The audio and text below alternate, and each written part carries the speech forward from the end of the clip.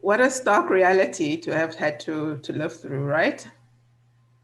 Yeah, that was crazy, yeah. At the time.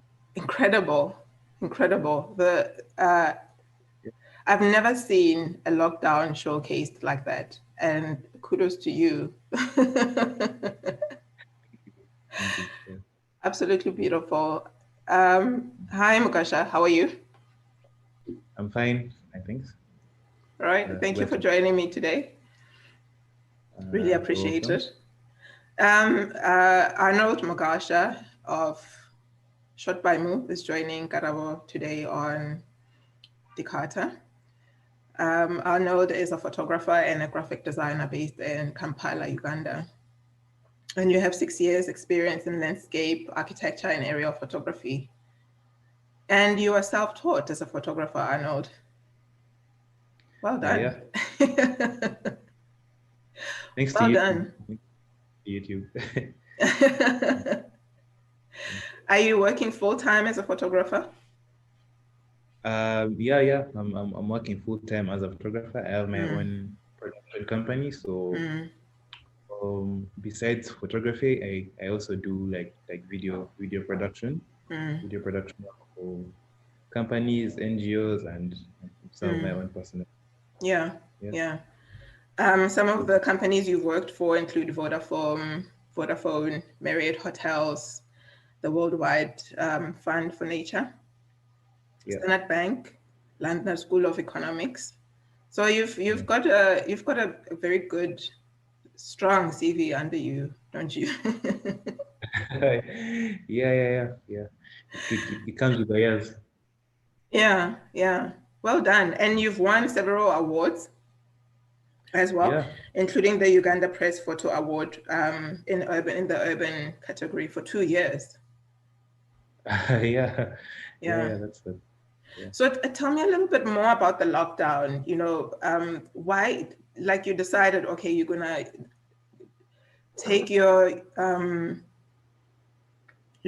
drone out. You're gonna go and film this very changing, sudden change in our reality as in the world, and you're going to showcase Uganda to the world. How Kampala changed from this bustling, beautiful city into something completely else, where it seemed like it's the apocalypse, isn't it? Yeah. It seemed like the end. Yeah, yeah. Yeah. Are you still under lockdown? Um, no, not really. I think life in Kampala is now back to normal. Okay, Mm-hmm. though we still have curfew Mm, that's supposed to end at well, it's supposed to begin at 9 p.m. mm-hmm. But I think life is pretty much back to normal because like people Yeah, still go to the bars and still like go home late. So yeah, I think yeah. stuff is more it's in place, but it's not really functional. So I would say life is completely back to normal It's back to right now. normal. And you're wearing masks and social distancing. Yeah. Is it? Ideally, people should be should Is it be masked also up and just a suggestion? Like, okay, I'll wear a mask today. Or yeah. I don't know. I feel like people put them on in spirit, but like once you go out there, yeah, like what's the point? Everywhere is crowded, and you just yeah, try and keep it on. yeah, But people are not putting on masks, like no one is social distancing. yeah, yeah, I just see videos on social media of people like in the club, and it's so packed. So I yeah, don't know. yeah, yeah. I don't Well, think people are really following the guidelines anymore. well, we are social creatures, aren't we? So you can't Exactly. you can't really keep us caged for long. Yeah, for sure. Yeah, you can't take people down. So, what are you busy working on now? What does your Um, day look like? You wake up and what? right now, okay, I think the busy season, at least for me, is Mm, starting to begin. mm, Yeah, so I'm just from some traveling. I just came back to town last night. mm, Yeah, I've been traveling up country a lot, so I'm working a lot of NGO projects, mostly to do with coffee. and some other infrastructure projects. mm, The government here in Uganda right now is constructing an airport, and which I've been documenting for about maybe 3 years. So mm, I've been quite busy with that. So yeah, my day to day when I'm in town, I just wake up and do some editing, and yeah, it's mm. mostly work, wait for the next travel date, and Yeah, yeah, yeah.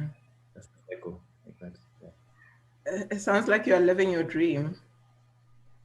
Um. Yeah. Though Yeah. sometimes when the work becomes a lot, it's easy to forget that at some point this is what you really wanted. But Mm-hmm. yeah, I think I'm definitely quite. I would say maybe I'm blessed to be doing Mm, what I like for. Though it can become hectic when times when it gets time to do the work, like to take a photo or do a video, it just mm, comes so naturally. And I'm definitely grateful to have that opportunity to just take pictures and shoot mm. videos. Yeah. What made you to decide to pick up a camera one day and start shooting? Um, it's it's a long story. What can I say? But I used to Mm. have a desk job. You used to have a Um, what? I I used to have a desk job, like a Mm, 9 to 5. mm, Yeah, I was working advertising.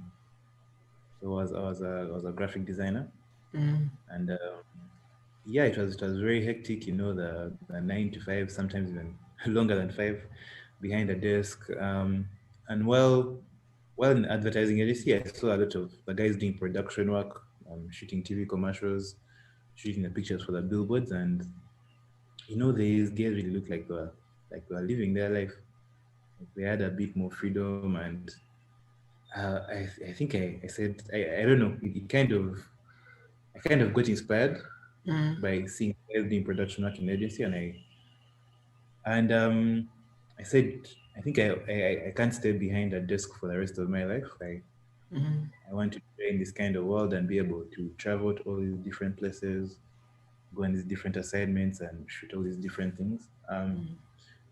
Some work that's just not behind a desk, every day Yeah. going to the same, punching in, punching out, and that's initially what inspired me Mm, yeah, to get into it. And then yeah, I started, and I first started photography, mostly looking at the business side of it. But then later, as I took more and more pictures, I kind of discovered what I enjoyed shooting. mm, I discovered I enjoyed like shooting like landscapes and buildings and just like my surroundings more mm, than other types of photography. And then yeah, I decided, like early on, I decided to focus on that. And yeah, ever since then, that's what I focused on, mm. up to date. Yeah. Yeah, that's how I began. Yeah. Yeah. All right. I just want to watch something else that really, really inspired me here.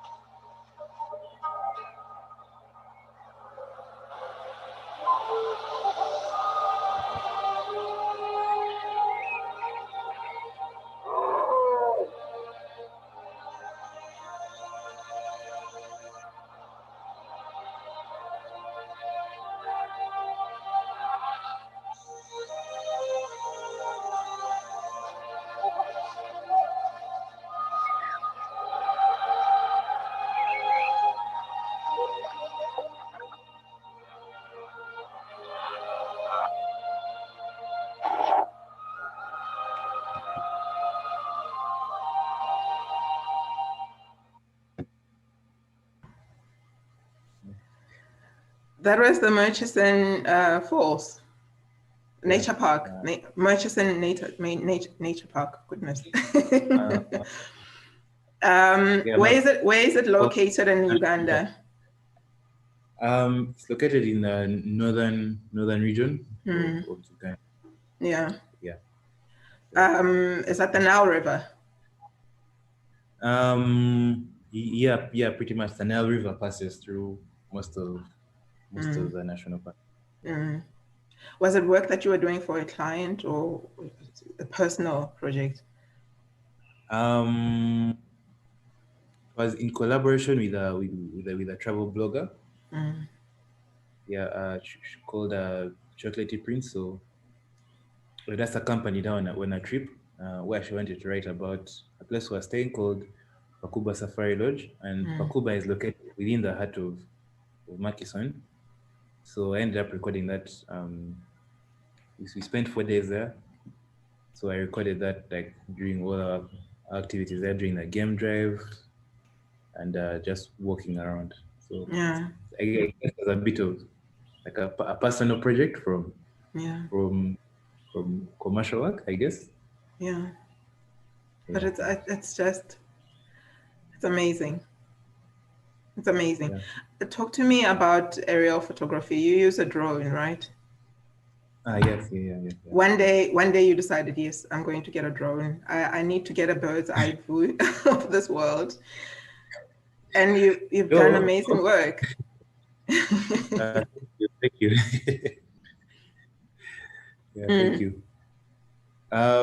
Yeah, getting a drone was the decision was driven mostly by I need to find like a niche at least in the market because everyone else was doing photography with a camera, so I guess I needed to find like an in to the market, like to a way to kind of get noticed.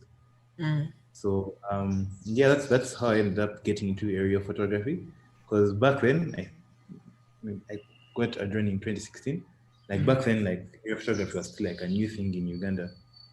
But maybe 2, 3 people that were like doing aerial photography like on Instagram, and that's how I ended up just getting into it. And it has been very interesting because it gives you a very different perspective from what's on the ground. You're able to see like so many things, you're able to see like different patterns on the ground. You're just able to just see a whole different view. You're able to see like how things are connected, and it's very interesting. It's definitely a very interesting form of photography. Yeah, that's what I can say about aerial certainly, photography. Yeah. certainly, yeah. Here's a beautiful quote by culturetrip.com. Mugasha uses photography as a platform to uncover hidden places, show old things in a new light, and showcase the beauty in everything life that may sometimes go unnoticed. I love that. That's a nice quote. Yeah. I think that's exactly how I feel about aerial photography. Like you're able to just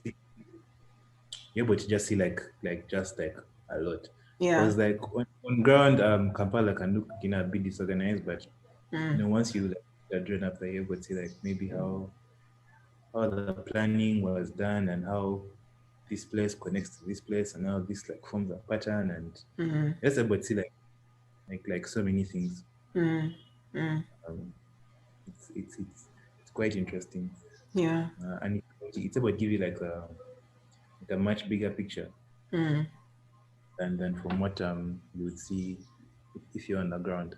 Yeah. So it's quite interesting, and I feel like with aerial photography, I've been able to kind of see Uganda with a fresh set of eyes.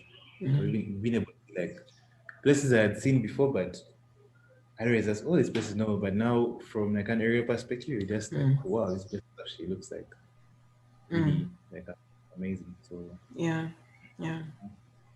yeah, photography is interesting. Yeah. All right. So this is the Ugandan Press Photo Award picture. This is the award-winning picture, right? Yeah, that's the one. And what makes it so impressive? What are you trying to point out here about Kampala? Yeah, I was trying to show the income inequality Mm, in Kampala. mm, Um, so this was taken in Naguru. mm-hmm, Kampala is a city of many hills. mm, So this was taken on one of the hills in Kampala called Naguru Hill. So mm, Naguru Hill, up the hill has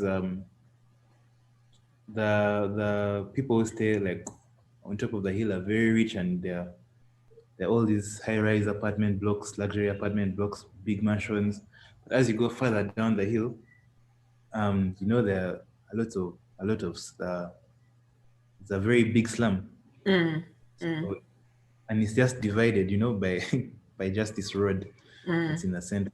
And it's actually quite shocking, mm. um, that this pride that can exist on just one hill, Yeah. It's coming a, it's from, a it's a it's a couple of meters that divides one world from another. yeah, it's quite shocking. And as you walk through the slum, all the houses Mm, are packed together. People have no power. You can see, mm. it's just a whole other world. I Yeah. mean, if you look at this picture, like you can see this. Some people have spacious compounds, a swimming pool. Mm, Then this side, just in this guy's compound, on the other side, those are like three houses, mm. Packed and into that same space that yeah, he but that enjoys same as space. a backyard, right? Yeah, it's quite interesting. Yeah. Uh, Yeah. no, it's really a lot. Um, yeah, it's really a lot, and it's not just here in Naguru, but in so many places in Kampala. Mm, Um, going further on to Kisementi, one of the busiest areas in Kampala, mm, find just a road separates one of the biggest malls from Kamucha slum. It's like a, mm, a, a very big slum, and it's just separated by just one road. mm, And you see all these expensive cars going to a place, and then you look on the other side, and people are struggling to get by. mm, And it's just how Kampala is, just all these places just divided by um, very very thin margins. mm. Yeah, and Incredible. then for now for now to look into the stats in Uganda. I've forgotten the exact figures, but a big chunk of Uganda's wealth is held by only, I think, 6% of the population, Mm, which is quite shocking. So, what about the other 94%? yeah. Quite interesting.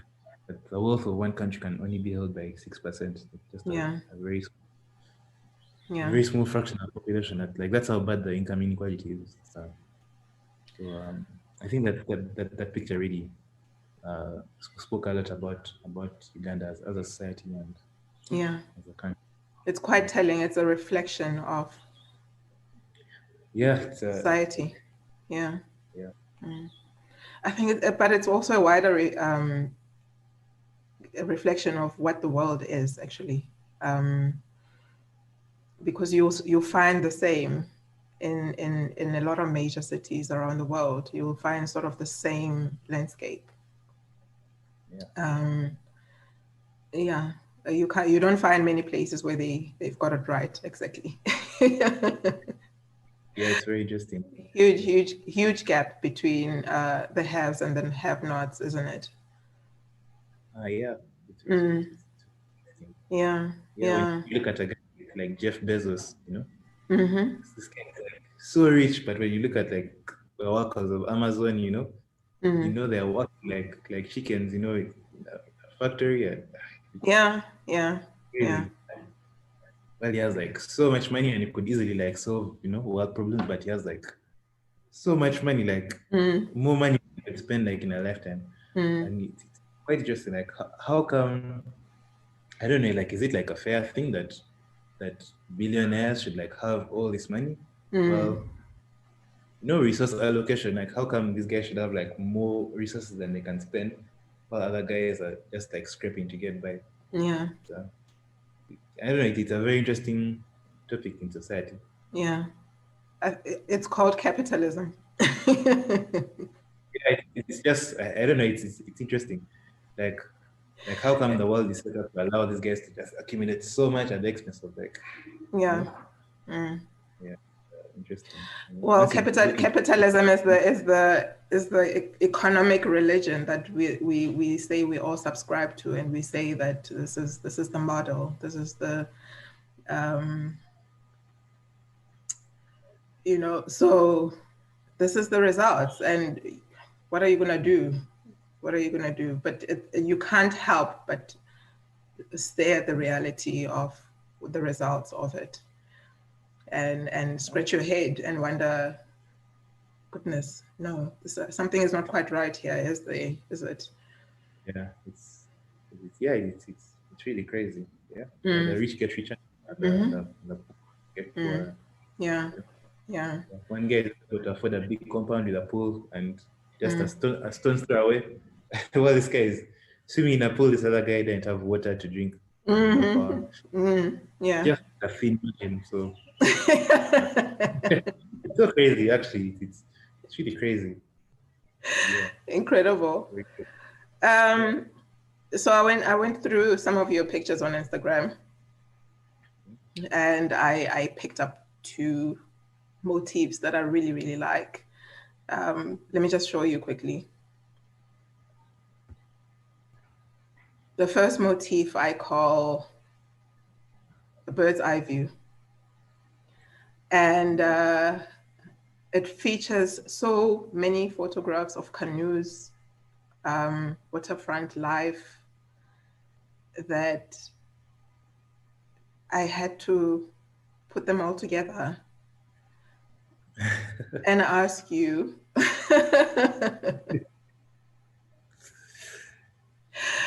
are you a water spirit?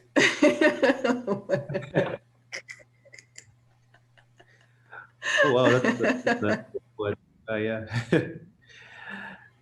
I don't know. I think I'm a bit fascinated by water. Mm-hmm. Yeah, I'm a bit fascinated by pictures of boats in water. I Mm, don't know. There's something about the form of water and how it can be calm and then how it can just become rough and I mm, don't know. Also, boats have a very interesting shape. mm. Uh, yeah, I think I might be a big fan of water. Right. And do you drive out to where what are some of these locations? I see here you've got the River Nile. Um, what other locations do you go out to shoot waterfront photography? Oh, Mm, I guess it's more of what's that saying? I think it's called cap dim. Like if I'm on mm, a job, I guess I'll just and there's a water source nearby, I'll just race to the occasion and mm, make of it. So mm, most of it have been taken like while on assignment, mm. and yeah, while I'm on assignment, like if I see something nice, I'll definitely Yeah. try. Try it. So these are all in different regions of Uganda. Mm, I would say about 80% are from Lake Victoria, which is like the biggest lake in Uganda. mm, Then some others are this was Lake Bunyonyi, it's another lake in southwestern Uganda. mm, And then others were taken in the northern region, where mm. the river Nile passes. In Is Maxwell Falls, this because in Maxwell Falls is where the waters of the River Nile join a lake. mm, I've forgotten the name of the lake, but yeah, it's in mm. the northern region. Yeah, Yeah. And I see here there's Kalangala. yeah. So Kalangala is a region in Uganda that's located within the lake. It's an island on the Mm, lake. mm, Yeah, so that's like we have very many different districts. mm. Kalangala is a district that's located Yeah. in the lake. Yeah, completely surrounded by the lake. So Yeah. there are quite a number of islands in Kalangala, and they're Mm, called the Sese Islands. mm. Beautiful. Yeah, Uganda is a very beautiful place. Yeah. Absolutely. So this is Entebbe. Entebbe is the district that borders the Mm, lake. Yeah. Entebbe has like a lot of beaches, and mm, it's a very nice and quiet district, yeah. just by the lake, and it's also where our airport is in Uganda. There's no shortage, is there, in Uganda of places that are just picturesque um, and beautiful. I think you're spoiled for choice, right? Yeah, for sure. Yeah, yeah, Spoiled for yeah. choice. There's so many nice places to see. Yeah. This is the second motif I picked up. It's your portrait pictures. And I want you to tell me a little bit about how you go about shooting portraits. How do you choose your subjects, etc.? Um, well, I can't really say I'm a big fan of portraits, so Mm, these were actually, I don't want to say random, but like, okay, not random, but mm, okay, yeah, I think I would use the word. These were just random pictures taken when I was in a place, and I found the lighting was really nice, and I mm, said, you know what, like this light really flatters um my friend's mm, skin, and yeah. yeah, so I'm not really a fan of the everyday portrait taken in the Mm, normal setting, but if I find like very interesting lighting, it definitely inspires me to take a nice portrait. yeah. So I'm a fan of like the effect neon lights have on on people, and I'm most a fan of maybe the way the evening weather looks like on people's skin. Mm, So that's one of the things that inspires me to take portraits. Just mm, a different setting yeah. that's different from the usual. So in that Yeah. case, then you always take your camera out with you when you go out at night, then, just in case. Yeah. If it finds me. Yeah. If it finds you. Yeah. This is beautiful. And the light, how you use light in these pictures is Yeah. incredible. And you say that you don't do any kind of setup, or um, you see this moment and you think, let me capture it. Is that how you work with portraits? Yeah, with portraits, if I see something nice and I'm like, oh, this looks really cool, I'll definitely Mm, take it. So yeah. these were taken, we were shooting a music video, Mm, and this guy was setting up a particular lighting scene, mm, and he was using like a basket. And I noticed that the basket formed these lines on his face, and it just looked so cool. mm, So I just stand like this. I was like, no, what are you doing? Like, just stand like this, and then you'll see. And then so mm, we ended up with it. And then this lady were using like these lights, and they mm, formed this really cool pattern on her shades. And I was like, wow, this looks so cool. mm, And I had to check it. So a lot of my portraits are very, I guess, spontaneous mm, and not very planned. yeah. Um, it's something cool and it's flattering. I'm like, I have to take this. Yeah.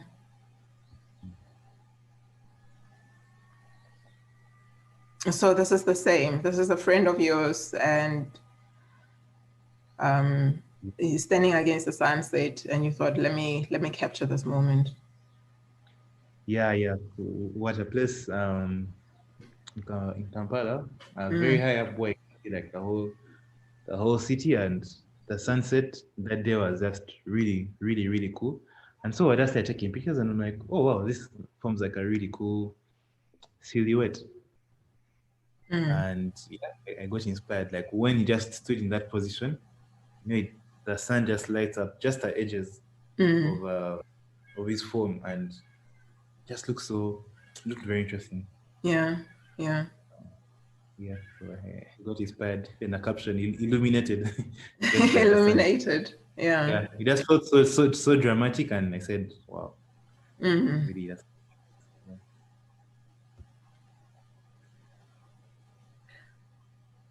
So, in preparation for this interview, Yeah. I Googled interview questions for photographers. So I went to Google and I said, what kind of questions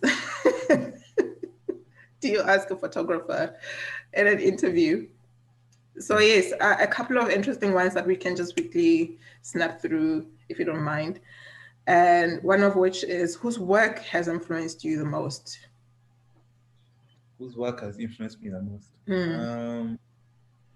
Well, quite a number.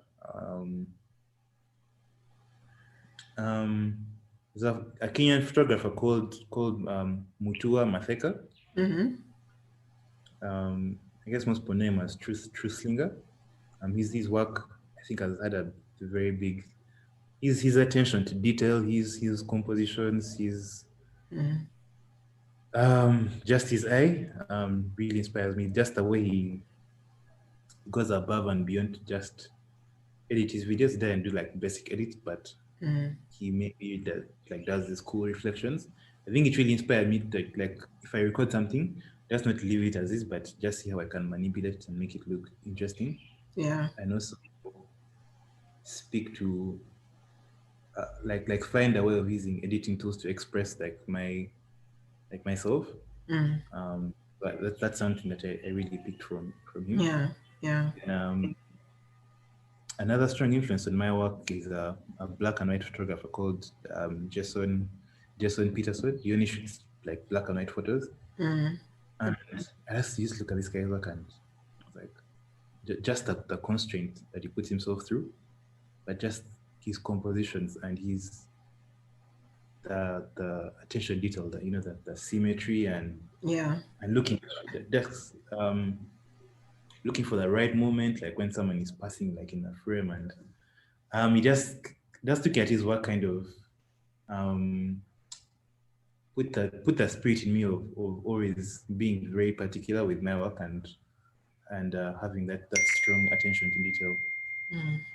Yeah. Um, yeah, if I'm to list my main major inspirations, I would say I'd say those are the main two. And of Mm. course, inspiration. I also get inspiration from movies, a lot of movies. Mm. Um, the Matrix, for example, is The one of my major. Matrix. Yeah, The Matrix. Yeah, Yeah. yeah. I would say I've gotten a lot of inspiration from The Matrix. I get a lot of inspiration from music as well, classical music. Um, so if I'm in especially when I'm out there, like in these interesting landscapes, and you listen to classical music, the way it's so dramatic, the way it like it rises and then it falls, Mm. just kind of inspires me to want to portray what I'm seeing with with that same spirit of the classical music, with that Yeah. same drama and flair and just like I don't know, but yeah, classical music has really inspired a lot of my video work and Yeah. photography. Yeah. Uh, yeah, I think I would list those Mm. as my major inspirations. Yeah. Yeah. And what kind of cameras do you work with? Kind of cameras do I work with? Well, starting out, I used to take pictures on my phone. Mm. Um, I used to take pictures on my phone, and I think I would recommend this to any photographer starting out. You can take pictures on your phone just to get into the art of composition, seeing the right frame. Mm. So yeah, I took pictures on my phone for the longest time. Then later, I upgraded to a Nikon. Um, Upgrading to a camera at least gives you options of different lenses. You can use like the zoom lenses so you can see things that are really far away, or Mm. you can get like a wide angle and just see things like in a different perspective. Yeah. And then so currently I shoot with a Sony. I shoot with a Sony since I got into video work. Sony has really good its video quality is really good, and Mm. yeah, I don't want to get into the technical aspect of it, but it's a really good camera. I shoot with a Sony A7 III. Yeah. Then for my drone, I currently shoot with a Mavic 2 Pro. Mm. Uh, mm, I've experimented as well with an Insta 360. It's a 360 camera. It has lenses on both sides, so Yeah. it's very cheap. It's very cheap. You can shoot a picture and then you can scroll around and you can see everything that's around you. Mm. Yeah, those are the cameras that I work Yeah. with. Yeah. And what is your favorite lens? What is my favorite lens? Mm. Um, for the longest time, I used to think uh, my best lens was a a wide angle lens. Mm. So that's a 17 to 28. For the longest time, it's like wide angle pictures because it's like it just makes everything like super wide and like Yeah. you see everything, all the lines. But lately, I think it's a 50 millimeter because 50 millimeter gives you something close to what the human eye sees. Yeah. And lately, because it kind of pushes me to get creative with my compositions, Yeah. and Mm. it just looks very realistic. Yeah. Looks more realistic than this wide angle picture where everything is like going Yeah. like this and you see so many things. So So yeah, it's do you spend a lot of time editing? yeah. Mm. Actually, yeah, editing does a lot of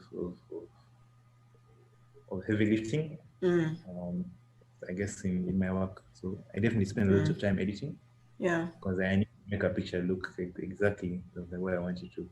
What program do you use for editing? I use Adobe Lightroom. Mm. Lightroom, then sometimes a bit of Photoshop if I need to Mm. get a bit creative. But most of the time I use Lightroom, Yeah. Adobe Lightroom. Then on phone, if I take pictures on my phone, I use Snapseed, Viscocam, VSCO. Yeah, those are the Yeah. four main apps that. Yeah. And what makes a good picture to you? What, after you've worked on it, you decide, yes, this is exactly what I want. I can post this. What makes a good picture to me?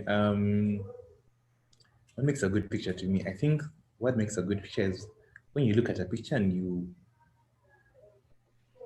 you can see what the photographer was trying to highlight.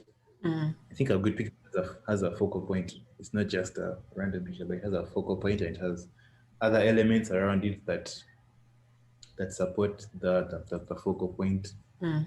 the, the image. It doesn't have distracting elements. Um, yeah, I think if an image is clean and you can really see, you can clearly see the subject. That's Mm. what makes a good image for me. Yeah. Yeah. All right.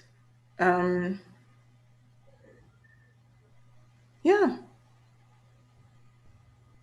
I think we've done it. Yeah. How are my answers? I hope my answers were comprehensive. Beautiful, very informative and educational. I absolutely enjoyed it. Okay. Thank you so much, Arnold. I really appreciate your time today. I know you've got so much to get to, and I really appreciate it. Just one last quote, which is by you. Yeah. Um, Uganda has lots of hidden gems, from its wildlife to its people and nature, and it's my purpose to show it to the world from my own perspective. And I think you've done that. You've done that perfectly. Well done. Thank you. I think Yeah. I've tried. All right. I've tried in one way.